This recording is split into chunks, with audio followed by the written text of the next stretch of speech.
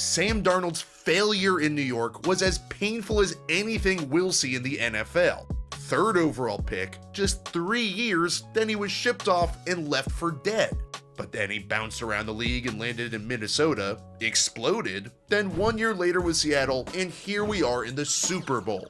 He is one of the greatest comeback stories in recent memory, but something like this doesn't just happen. It is carefully calculated by organizations from the top down. Today we'll dive into how the Vikings and then the Seahawks rehabilitated his career from the dead. But first, we have to touch on what happened with the Jets and why things went so wrong. Despite a decent 2018 rookie season, the Jets finished 4-12 and fired Todd Bowles to bring in Adam Gase. Gase had made a name for himself as Peyton Manning's quote-unquote offensive coordinator. Manning actually vouched for him. Of course, Peyton was running the ship over there. So then Gase had a decent 3-year stint in Miami, then took over for Todd Bowles in 2019.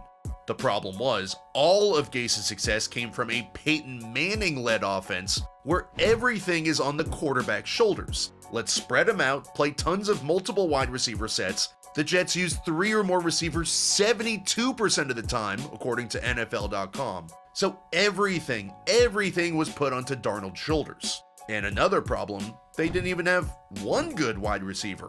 Darnold's top targets were Jamison Crowder and Robbie Anderson, who changed his first name to Chosen. We'll just pretend like that's normal. Neither ever cracked even 900 receiving yards in the Darnold tenure. So the recipe was bad coach. Darnold, you run a brainy Peyton Manning offense as a rookie, spread out our formations with tons of wide receivers, and we don't even have good wide receivers, and put all the pressure on the quarterback to be the quarterback. Since then, Darnold bounced from Carolina to San Francisco, then in 2024 landed in Minnesota, promptly won 14 games, threw for 4,300 yards and 35 touchdowns. Before we dive deeper into how the Vikings and then the Seahawks resurrected his career, I want to thank this week's sponsor, Arena Club. Arena Club is a platform that takes the things I love, trading cards, and reimagines it into a digital experience. They take all things card collectors love: trading, grading, selecting, investing, and obviously collecting. As a kid, I couldn't stop going to the card store. I loved baseball, football, Pokemon, Yu-Gi-Oh, Magic, all of it. And if you know, you know. The best part is just as you're opening that pack, you could get anything. That's why I love slab packs from arenaclub.com, because you can get anything now, anytime. It takes me right back to my childhood, but in a cooler, more updated way. With slab packs, you can open packs anytime you want, and you can even trade them too. There's a big online store where everybody can see what you got, so just like the old days, you can still trade, but now with anybody. Right now, you can get 20% off your first slab pack or card purchase by going to arenaclub.com/Rollins and use code Rollins. In the 2024 offseason, the Vikings signed Sam Darnold for $10 million. They were looking for a cheaper Kirk Cousins replacement and already had a legitimate offensive ecosystem with Justin Jefferson, Jordan Addison, they added Aaron Jones, and of course, they had Kevin O'Connell running the show. They did not need to base their entire operation on Sam Darnold being the guy, being Peyton Manning. They needed a quarterback who could fit into a system, hand off to Aaron Jones, feed these receivers, and they'd be good to go. So not only was that helpful to Darnold, but the ingenuity of both the Vikings and Seahawks, who we'll see later, helped him too. With NFL defenses beginning to heavily favor too high safety coverages, strengthening themselves against the pass to better defend against these spread out multiple receiver formations like the Jets deployed in Darnold's Jets tenure. To counter, Kevin O'Connell deployed much more 21 personnel, double the league average, where you take a receiver off the field and replace him with a running back. This makes the run game more effective because now we're adding an extra body into the running game and creating an extra blocker instead of out here as a wide receiver, which also makes the play action game more effective too because the threat of the run is higher, forcing the defense to charge up faster. The Vikings use play action 28% of the time, well above average, which helps cut down how much of the field you have to read, how many receivers you have to read, the threat of the run, and the scheme of the play is working to get one specific guy open in one specific place. That makes it easier on Darnold to execute. Another inventive aspect of this offense was going under center as much as they did, 50.1% of the time, where the rest of the NFL was at just 30.3%. Being under center threatens defenses with the run and play action more, but also syncs up the quarterback's drops with when the receiver comes open better, because under center is originally how all these concepts were designed before shotgun became a thing. For example, check how the Vikings come out in 21 personnel with a fullback, so the Giants keep their third linebacker out on the field. When you have two receivers and line them up both to the same side, if the defense is playing zone, that means you're going to get a linebacker, or at times a defensive end, lined up over the slot. O'Connell has a good feeling the Giants are playing Tampa 2 zone here, which has the middle linebacker run the pull, facing the strength of the formation. The Vikings know that has to be towards the two receivers, so they motion CJ Ham the fullback outside to stretch out the cornerback. They run a seam right behind the Tampa backer. Darnold hits the top of his drop and throws a missile. It was never a doubt he was a great thrower of the football. It was always more that he struggled with turnovers, so the Vikings took their two elite receivers on deep routes, blocked with everybody else, and let Darnold do his thing. So then comes 2025, Sammy Signature signs a 3-year, $100 million deal, and the Seahawks get to work.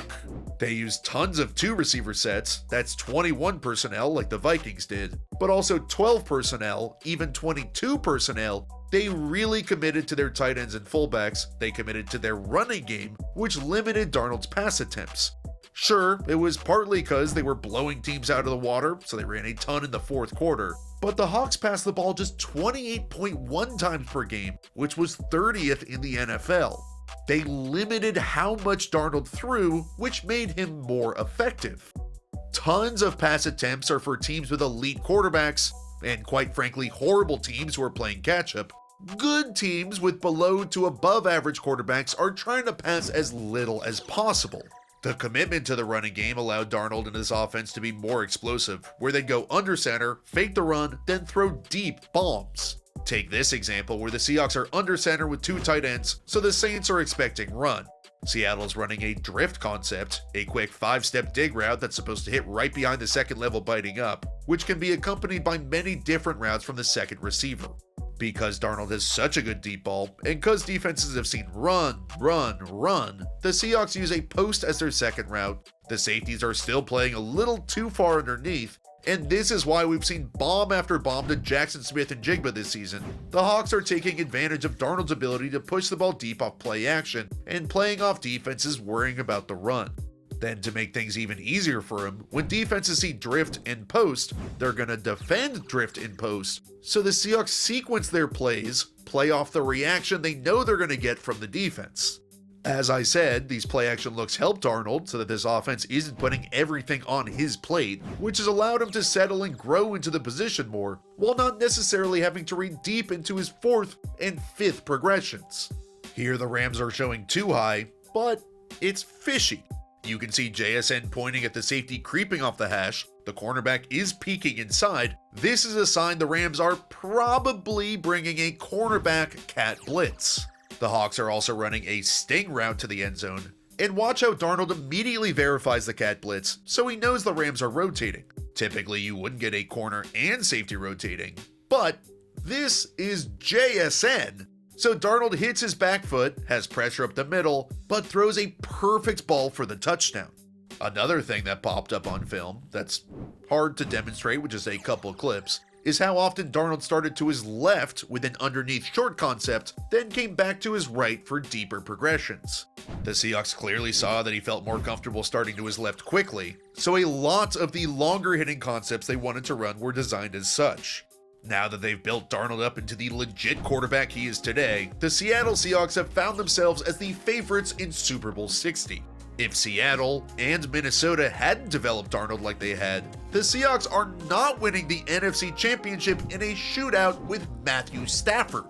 The Vikings took him and plopped him into a system that utilized heavier personnel to counter the too high safety revolution, then added heavy doses of play-action passes to capitalize on those safeties flying up to defend the run. Then the Seahawks saw what they did, also used heavy personnel, relied even more on the run game, and took advantage of Darnold's big playability by giving him tons of protection to push the ball deep down the field with his big arm. The story of Sam Darnold is a lesson to every NFL team.